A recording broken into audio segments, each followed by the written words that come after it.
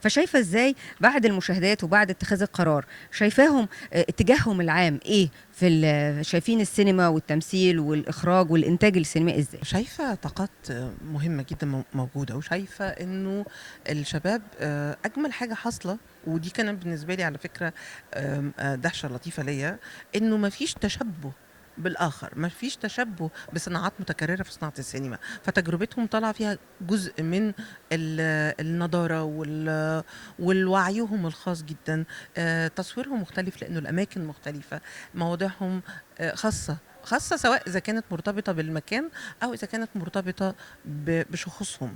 يعني الفيلم اللي حاصل على جائزة أفضل فيلم في جميع عناصره المتكاملة لمس قضية إنسانية لطيفة جدًا، جدًا، جدًا بيمُر بيها. أنا مش عايزة أحرق الحاجات لإني أتمنى ده رسالة لإدارة المهرجان إن يكون في إمكانية لعرض الأفلام دي مرة تانية حتى لو كان أونلاين في توقيتات محددة. والله إحنا دايمًا بنتمنى رغم إن يعني بنبقى إحنا بنحكي أو حضرتك بتحكي الفيلم اللي شُفتيه وشُفناه في هنا في العرض في المهرجان في الدورة، بس نتمنى نفس الأمنية إن يبقى في إعادة عرض حقيقي. الشباب محتاجين يتفاعلوا مع الجمهور بشكل حقيقي، طاقات مختلفة متنوعة، في اختيارات لحلول.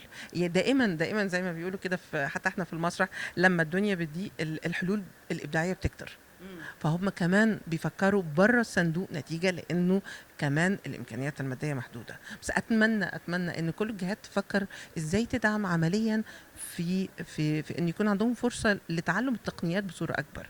يعني الهيئات المعنية من معهد سينما أو خلافه إزاي يعني خلافه ده كتير يعني بس عفوا للسرعة، يعني إنه يبقى في مثلا تقنيين يبقوا يجوا هنا يتعاملوا مع الشباب. الصناعة ورا الكاميرا مهمة بتفاصيلها، طبعًا. هم عندهم الفكر، وده يعني ده اللي بتقدمه وبتحاول تقدمه الورش، وده مجهود احنا شفناه. الأطفال الكبار، مشاركة الآباء والأمهات جوه الفيلم يعني الأفلام. هو عائلي بس جميل، يعني هو ناس كتير أم وبنتها وكلّهم موجودين بس كده في تجارب احنا شفناها مختلف الأعمار موجودة، و وكلهم الصدق والشغف باين جدا جدا جدا في أدائهم.